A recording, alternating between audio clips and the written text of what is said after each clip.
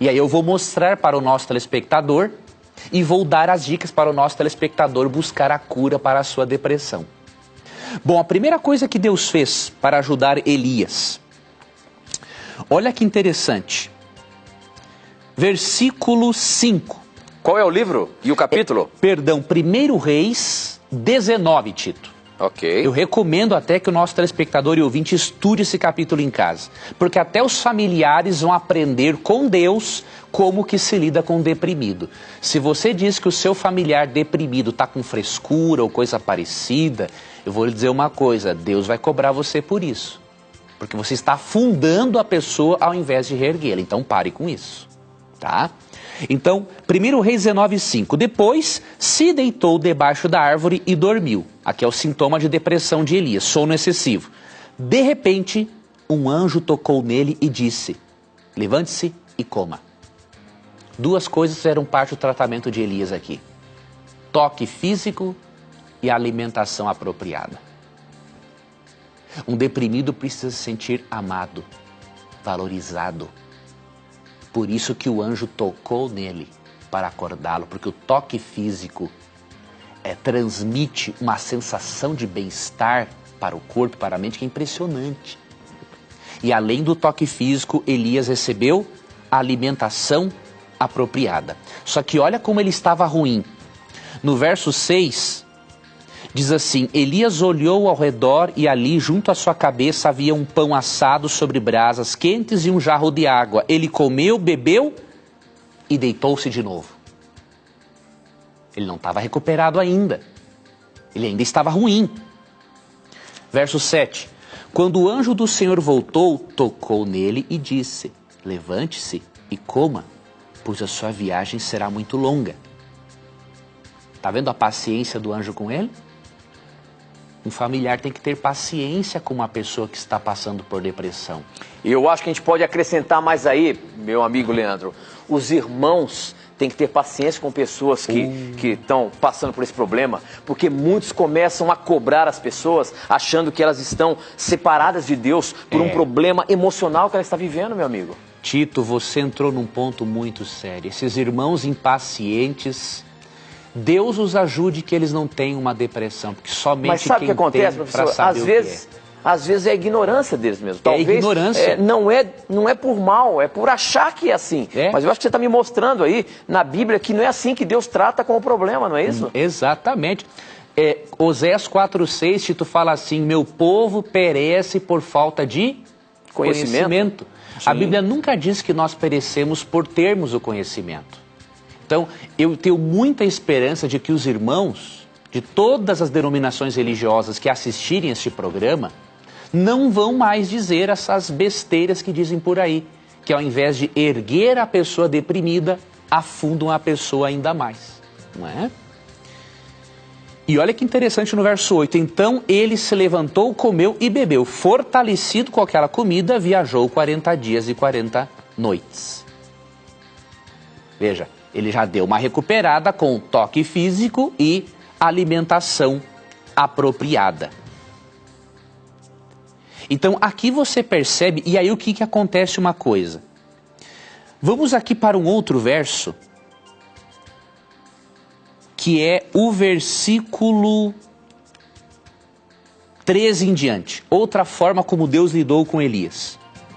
Quando Elias ouviu o som de Deus passando por ali, puxou a capa para cobrir o rosto, saiu e ficou à entrada da caverna. E uma voz lhe perguntou: o que você está fazendo aqui, Elias? Deus sabia. Só que Deus perguntou para Elias com um propósito. Ele respondeu: tenho sido muito zeloso pelo Senhor, o Deus dos exércitos. Os israelitas rejeitaram a tua aliança, quebraram os teus altares e mataram os teus profetas à espada. Sou o único que sobrou e agora também estão procurando matar-me. Ou seja, Deus fez uma abordagem psicoterápica com Elias. Deus pergunta para Elias o que ele está fazendo e Deus deixa Elias fazer o quê? Desabafar. Então você percebeu a metodologia de Deus? Deus se utiliza do toque físico, alimentação apropriada, um convite para reagir e psicoterapia particular com Deus. E aí quando você lê de 1 Reis 19, do verso 19 ao 21, você percebe que Elias está curado. Eu lhe pergunto, amigo telespectador, Deus poderia ou não poderia ter feito um milagre para tirar a depressão de Elias? Poderia. Poderia, não é, Tito? Sim. Agora, por que não fez? Porque muitas vezes em questões emocionais, Deus prefere utilizar-se de outras metodologias para nós crescermos. Eu pude ver na minha vida, amigo telespectador, que quanto mais nos deparamos com a verdade sobre nós mesmos, mais libertos somos do nosso passado e dos nossos traumas. João 8,32 se aplica a este caso, diz assim: e conhecereis a verdade, e a verdade vos libertará. Enquanto você não bater de frente com as suas verdades, com seus medos e com seus traumas, você não será liberto. E por isso, com base no tratamento de Elias, as minhas dicas para você buscar a cura para a depressão são as seguintes. Primeiro, invista na sua espiritualidade, tá? Lembre-se, eu li o Novo Testamento em 20 dias, então busque ler a Bíblia dentro das suas possibilidades, mas busque a Deus. Segundo ponto, busque tratamento medicamentoso. A Bíblia não é contra você utilizar uma medicação desde que seja devidamente prescrita por um médico psiquiatra. Tá, eu vou lhe mostrar um texto bíblico que prova isso, porque tem alguns fanáticos por aí que dizem que o cristão não pode tomar remédio, um antidepressivo, não é? Então, quando você lê 1 Timóteo 5,23, você percebe que a Bíblia é totalmente contra a opinião dessas pessoas. Paulo diz assim: não continue a beber somente água, tome também um pouco de vinho por causa do seu estômago e das suas frequentes enfermidades. Paulo podia curar Timóteo dos problemas de estômago dele. Mas Paulo preferiu utilizar a medicina da época para tratá-lo. Então, use medicamento devidamente prescrito. E a terceira dica que eu lhe dou: faça psicoterapia. Isso é fundamental. O que eu não consegui em 5 ou 6 anos, só tomando medicamento, eu consegui de melhoras com menos de 1 mês de psicoterapia.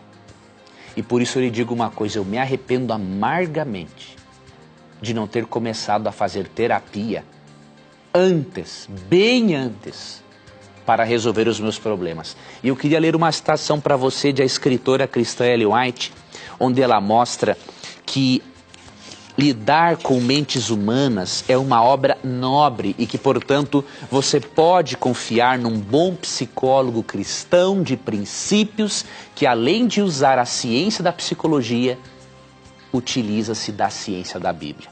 Então, no livro Mente, Caráter e Personalidade, volume 1, página 3, ela afirma o seguinte, Ellen White: tratar com mentes humanas é a mais bela obra em que já se ocuparam os homens. Busque ajuda, faça a sua parte e Deus vai fazer a parte dele. Agora, professor, tem mais uma mensagem aqui no Facebook que eu queria que você comentasse um pouquinho. Quem mandou foi a Laine de Jesus. Ela diz o seguinte: a minha filha faleceu tem 1 ano e 8 meses. Ela tinha apenas 9 anos. Faleceu decorrente de uma leucemia. E mesmo tentando entender o fato que Deus fez o melhor para ela, às vezes sinto uma tristeza muito grande. Tenho vontade de ficar sozinha e já até pensei em me separar do meu marido porque ele não me entende o que faço. Ou melhor, não me entende o que eu faço. A gente percebe aqui, professor, nosso telespectador, os seus problemas, como muitos estão escrevendo aqui, mas a gente percebe que às vezes a pessoa se sente sozinha, sofrendo. O que você tem para dizer? O que a Bíblia tem para dizer sobre isso aí, meu amigo? Pois olha, eu vou dar 2 dicas, amigo Tito, para essa querida irmã. Minha irmã, o seu sofrer psíquico é violentíssimo. Né? Perder um filho é não creio que exista um sofrimento maior do que esse, para a gente que é pai. Então veja bem, eu vou te dar a primeira dica, você ler com algumas frequências. 1 Coríntios 15 e 1 Tessalonicenses 4, onde você vai ver a esperança da ressurreição, de que você vai rever a sua filhinha em breve quando Cristo voltar. Mas eu também te recomendo que, além de cuidar dessa parte espiritual, que você busque um bom médico, psiquiatra, o mais rápido possível. Por quê? Você está acumulando uma carga de sofrimento tão grande no seu organismo que isso pode disparar um gatilho e você ter uma depressão grave. Então, minha querida irmã, não se culpe por você estar sentindo isso, tá? Deus entende perfeitamente você, Ele está com você, mas busque ajuda.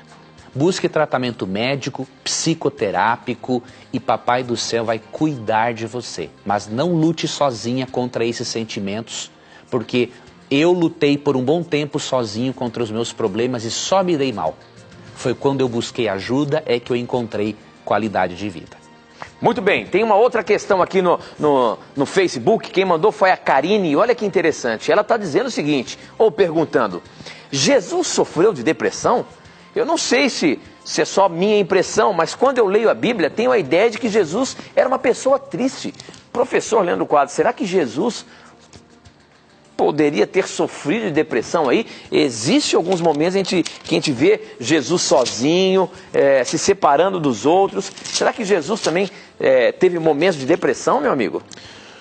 Bem, como nós lemos em Mateus 26, 36 a 39, Cristo não era uma pessoa deprimida, mas ele teve momentos de profunda tristeza em que estava indo para baixo, né? Então ali em Mateus 26, 36 a 39 nós lemos isso. Agora, que Jesus era uma pessoa alegre e não deprimida, nós lemos aqui em Mateus capítulo 19. Quer ver uma coisa? Mateus 19, 13 e 14. Depois trouxeram crianças a Jesus para que lhes impusesse as mãos e orasse por elas.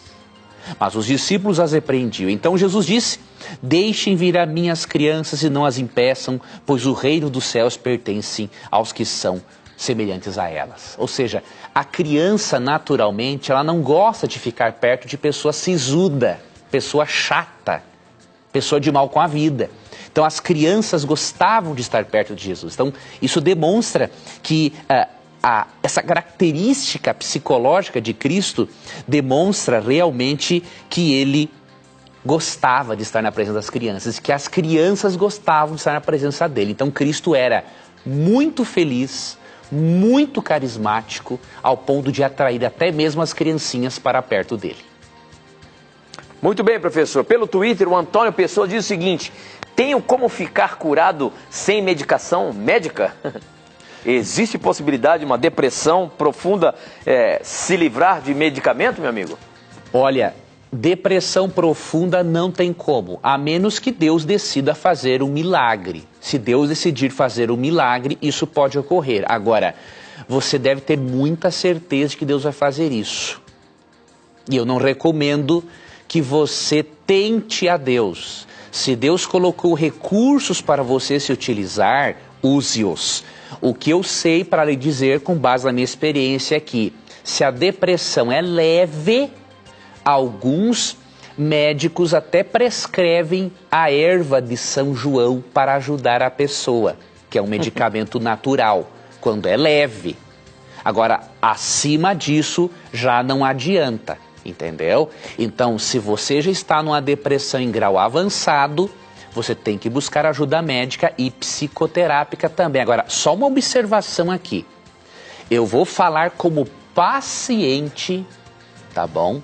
Não vou falar em nome do programa e nem em nome do Na Mira da Verdade. Não, então deixa eu primeiro colocar uma pergunta para você basear nisso que você vai falar.